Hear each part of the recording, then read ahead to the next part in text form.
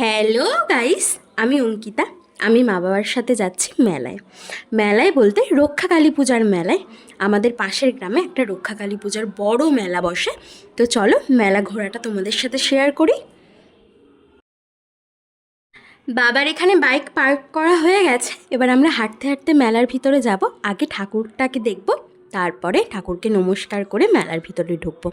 অনেকটা হাঁটতে হবে, গাড়িটা অনেকটা দূরে পার্ক করতে হচ্ছে গাইস, তারপরে হেঁটে হেঁটে আসতে হচ্ছে, কারণ মুখের কাছটা পার্ক করলে তো অনেকটা ভিড় হয়ে যাবে। তাই এখানে আমার মনটা একটু খারাপ হয়ে গেছিলো, কারণ তখনও পর্যন্ত ঠাকুর এসে পৌঁছায়নি। আর এখানে আমার দাদুর একটা আত্মীয়ের সাথে দেখা হয়ে গেছিলো। সম্পর্কে আমারও দাদু হয়, ইনি আমার দাদুর বন্ধু হয়। তো আমাদেরকে বারবার করে ডাকছিল ওনার বাড়িতে যাবার জন্য, কিন্তু আমরা তো আর বাড়ি থেকে ঠিক করে যাইনি যে ওনার বাড়িতে যাব, তাই আর যাওয়া হয়ে ওঠেনি। যেহেতু এটা সারা রাতের পূজা, মানে রক্ষাকালী পূজা মানে তো তোমরা বুঝতেই পারছো গাইস, রাত্রেবেলা ওঠে এবং ভোরের বেলা বিসর্জন হয়ে যায় মা। তো সারা রাতের পূজা বলে ঠাকুরটা একটু দেরি করে আসবে। আর লোকজনও এখন একটু কম আছে, রাত্রের দিকে একটু লোকজন বাড়বে। ওই ধরো 2-1টার সময় প্রচুর লোকজন বাড়বে।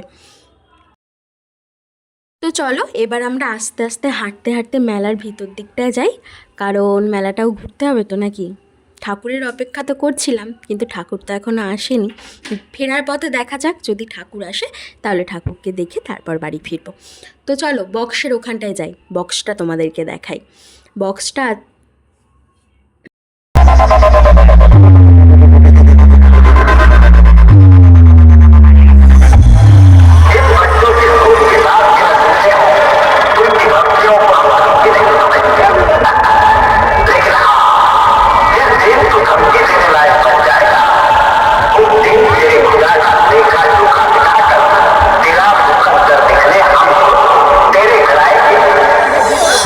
Sound present. Jumai Maskorche.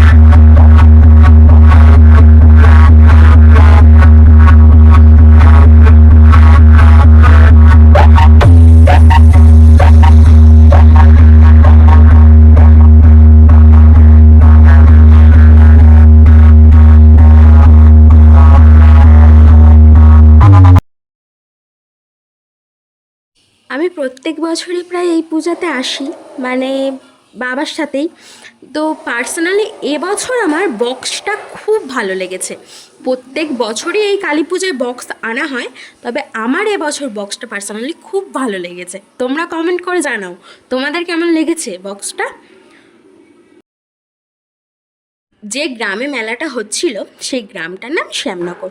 তো এখানকার মানুষজন বেশিরভাগ কাজের সূত্রে ব্যাঙ্গালোর, সুরাট, গুজরাট এসব জায়গায় থাকে, বিহার। তো তাদের টাকায় এই মেলাটা হয়, মানে চাঁদার বেশিরভাগ অ্যামাউন্টই তারা দেয়। আমরাও চাঁদা দিই, মানে বাজারেও চাঁদা ধরা হয়, তবে তারাই বেশিরভাগ অ্যামাউন্টটা দেয়। আর এই বক্স, এত দোকান, এত কিছু সব তাদের টাকাই বেশিরভাগ হয়। তো ছোটো থেকেই আমার বাবার ইচ্ছে ছিল যে আমাকে পুলিশ বানাবে, কিন্তু সেটা তো আর হয়ে ওঠেনি, বা হয়তো কখনো হবে না। তাই আমার বাবা এখানে আমাকে বলছিল, সোনাই তুই বন্দুকটা তোল তো দেখি, তুলতে পারিস কি না। তো আমি বাবাকে তুলে দেখালাম, আর ফাটানোরও চেষ্টা করেছি বেলুন, কিন্তু পারিনি, বাবা পেরেছিল। আর কি গিফট দিয়েছে জানো, বেলুন ফাটানোর জন্য আমাদেরকে একটা প্লাস্টিকের বাটি দিয়েছে, দিয়ে 40 টাকা নিয়ে নিয়েছে। আমার খুব ইচ্ছা আমার বাঁ হাতে আমি একটা ট্যাটু করব। তো ওখানে ট্যাটু দোকান দেখে আমি তার সামনে দাঁড়িয়েছিলাম। বাবা বলল যে এখান থেকে ট্যাটু করাস না, এরা এক সূচে সবাইকে ট্যাটু করিয়ে দেয়, আমি তোকে পরে একটা ট্যাটু পার্লারে নিয়ে যাব। তাই আর করলাম না। মানে আমি আর আমার মা এটা ঠিক করে নিয়েছি যে বাবা যদি আমাদের সাথে থাকে আমরা কোনো কাজই করব না। মানে ফুচকার পাতাটাও আমরা হাতে ধরিনি, বাবা আমাদেরকে খাইয়ে দিচ্ছিল। আর এই কাকুটা জানি না কেন এখানে বসেছিল, হয়তো আনলিমিটেড খেয়ে ফেলেছিল, তাই আর বাড়ি যেতে পারছিল না, রাস্তা ঠিক করতে পারছিল না। এদের তো সারা রাতের ব্যাপার বলতে পারো, এদের এখন সবে স্টার্ট হয়েছে, এরা সারা রাত নাচবে। আর সকালবেলা সূর্যমুখী বাগান, টমেটো বাগান, ধান ক্ষেত এসব জায়গায় পড়ে থাকবে, ওদের বাড়ির লোক এসে ওদেরকে তুলে নিয়ে যাবে। যাই হোক, ওসব ভেবে তো আমাদের লাভ নেই, আমাদের বাড়ি ফিরতে হবে।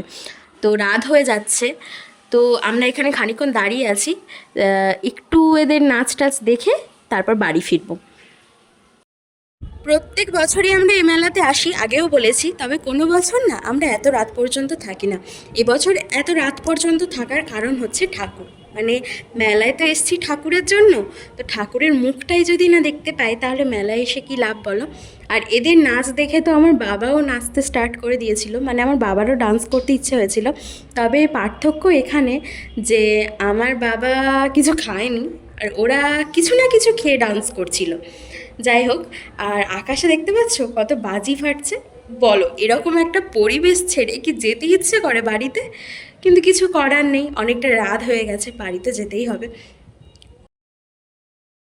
এই পার্টটা হচ্ছে আমার ভিডিওর সব থেকে ইন্টারেস্টিং পার্ট, যেখানে আমার বাবা আমাদেরকে ডান্স করে দেখাচ্ছিল আর আমরা ক্যামেরার পিছন থেকে আমার বাবার সাথে ডান্স করছিলাম।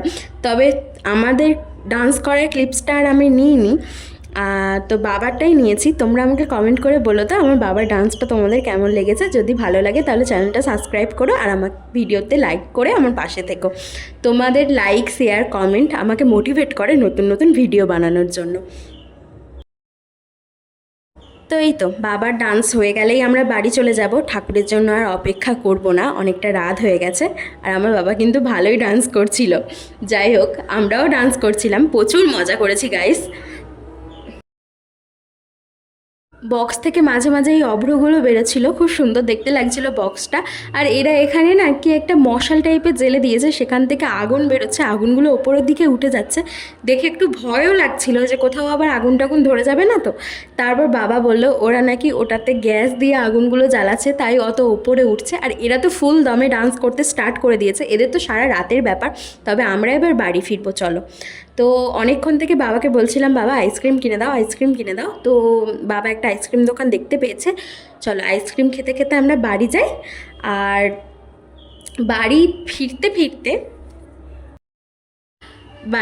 ফিরতে আমাদের অনেকটা রাত হয়ে যাবে, যেহেতু মেলা বসেছে, রাস্তাতেও অনেকটা ভিড় হবে। আর আমরা তিনজনেই একই আইসক্রিম নিয়েছিলাম। আর চলো আইসক্রিমগুলোও তোমাদের দেখিয়ে দিলাম।